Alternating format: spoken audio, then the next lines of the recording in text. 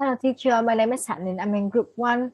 Today our group will present the financial statement of Phat Group for the 3 years of 2018, 2019 and 2020. The content of this presentation consists of 3 main parts. Firstly, I will introduce Phat Group. Next, I will analyze the profit loss of the company and the balance sheet. After that, me, Ying, Thu and Bảo will discuss various crucial ratios, and for a better comparison, Phat's figure will be compared with one of its competitors, Vietnam Steel Corporation. So, Phat Group Joint Stock Company was established in 1992 and was officially listed by the Ho Chi Minh City Stock Exchange on the Vietnam stock market with the stock code HPG on November 15, 2007. For more information, visit the internet address using this link. In addition, KPMG is the global network of professional firms in charge of Phat Group's audit. Phat focuses on manufacturing and exporting steel. According to Phat's official website, Phat is the largest steel producer in Southeast Asia. It's also the largest producer of construction steel and steel pipe and holds the #1 market share in Vietnam. Currently, Phat has a scale of operations spread over 25 provinces with more than 25,000 employees and a representative office in Singapore. Moreover, the company holds a large number of subsidiaries, and the 4 biggest among are Phat Dung Quất Steel JSC, Phat Steel Sheet Company, Phat Hưng Yên Steel Company, and Phat Hải Dương Steel JSC. According to Phat's annual report of 2020, Mr. Trần Đình Long, who is the chairman of the company, together with him are Mr. Trần Tuấn Dương, Nguyễn Viết Thắng, Ms. Nguyễn Thị Thảo Nguyên, and Ms. Phạm Thị Kim Oanh, who hold important positions in the company, such as General Director or CFO. This is the end of the introduction. Next, I will analyze the balance sheet and the income statement of Phat. Moving on our group presentation, I'm Tuan, and I will show you guys the analysis of Phat Group's profit and loss.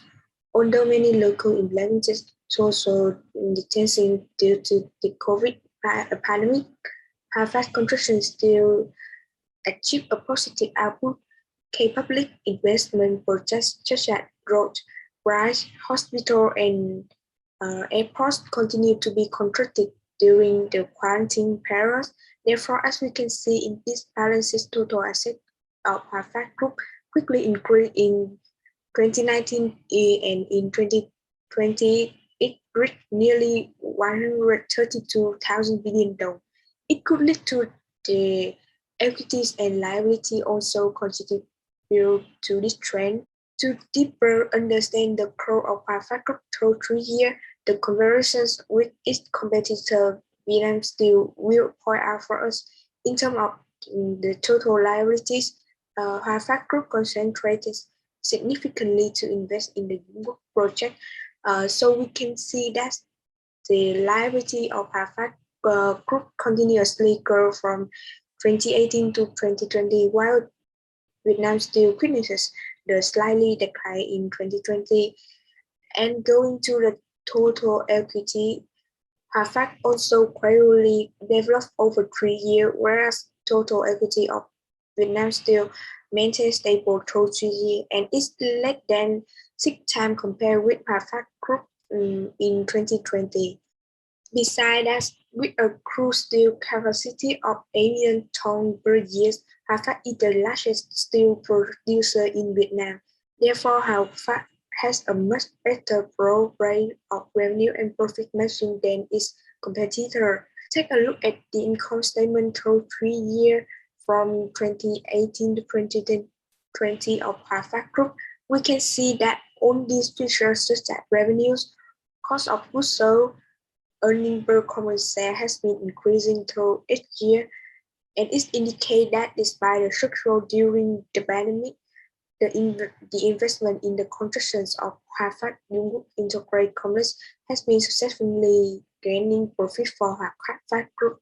To be more detailed, while the total operating revenue of Phat significantly grew from 2018 to 2020, Vietnam Steel witnesses a slightly decrease in 2020.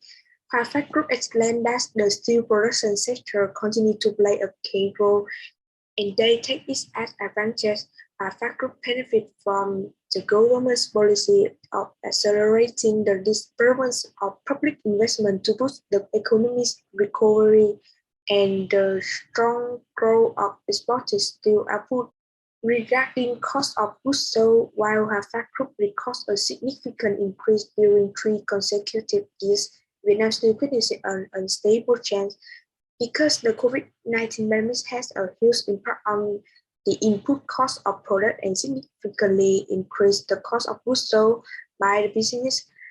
And in terms of earning per share, Pro Phat Group and VNN still witnessed the slightly fall off in 2019, but generally Phat Group has outperformed its rival companies, and in 2020 Phat Group profit per share recovering strongly after COVID-19 could that could be a positive signal for Phat Group shareholders and continue to the ratio part. Two will move on our group presentation to indicate it for us. People, and today I will talk about the liquidity ratio. It measures a company's ability to repay the short-term debt when this is by using the company current on the rapid assets, including the current ratio, quick ratio, and cash ratio. Firstly, I mentioned the current ratio. Based on the chart, this ratio of fast-food has remained above 1 for many years, indicating that the company can make that without risking bankruptcy. Vietnam still the high level slightly decreased in the following years. However, this level is within an acceptable level. Therefore, the investor will not have to worry about the rising additional funds to meet obligation. And next, I will talk about the quick ratio. Overall, the quick ratio of all companies is beyond the similar fluctuation. In addition, the quick ratio of fast group experienced a slight increase trend, while that of Vietnam still witnessed the opposite trend during the period of 3 years. However, in the year 2019, the bigger is both the company was almost equals as open 41 and open 4 respectively. To sum up the drop in the ratio over time indicate that the company ability to convert the current assets to pay debt was deteriorating. And lastly, I mentioned the cash ratio. In general, the cash ratio of Phat Group is much higher than that of Vietnam Steel.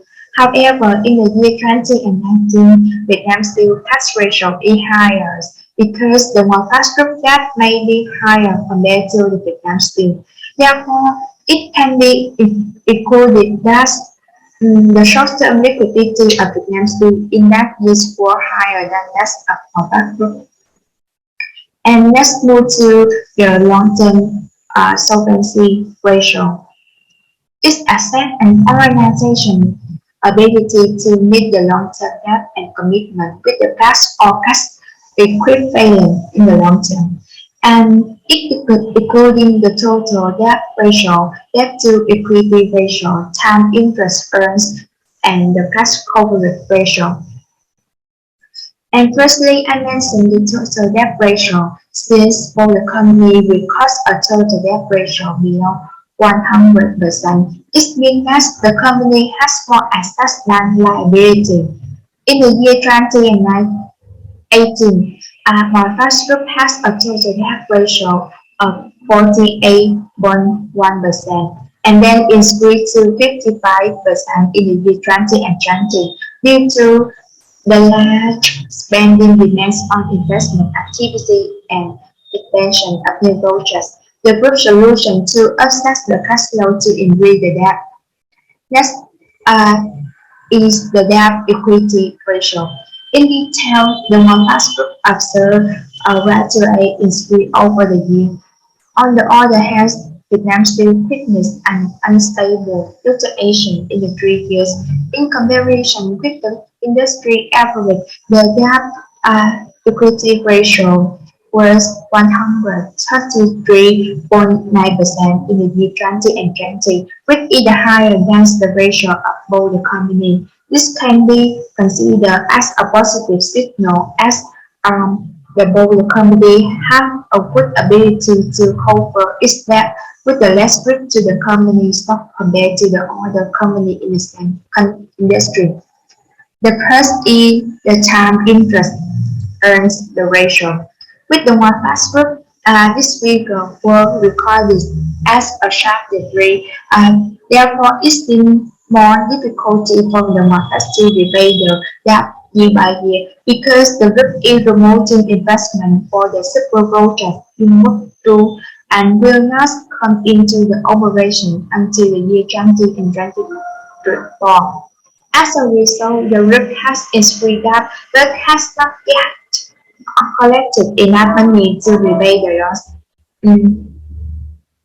On the other hand, the Vietnam still saw a fluctuation from 3 years, and this instability of the economy can be attributed to their pre-tax income being quite precarious. And lastly, I mentioned the cash coverage ratio. Based on this chart, the one fast group ratio decreased sharply from the 2019 18 to the 2020. This industry can be attributed to the group large bandwidth need in promotion, investment, and equipment procurement. However, the market liquidity is still much higher than that of competitor is Vietnam Steel. Therefore, they seem to have had more difficulty in the financial development and paying debt with the cash and that's one. And that's my friend will continue the presentation. Thank you. Thanks for introducing me. I'm happy today to show you the efficiency ratio. First of all, this ratio is used for expressing the level of efficiency assets utilization. And normally, investors analyze this ratio in case of short-term analysis. In addition, there are three main parts I want to present in this part. Inventory turnover and day sales in inventory, total assets, and receivable turnover ratio. I also explain the inventory turnover ratio indicates how many times inventory is purchased or replaced within a particular time. Thus, the higher ratio is, the more effective sales. And day sales in inventory means that the average number of days it takes for a corporation to sell their all inventory in a year.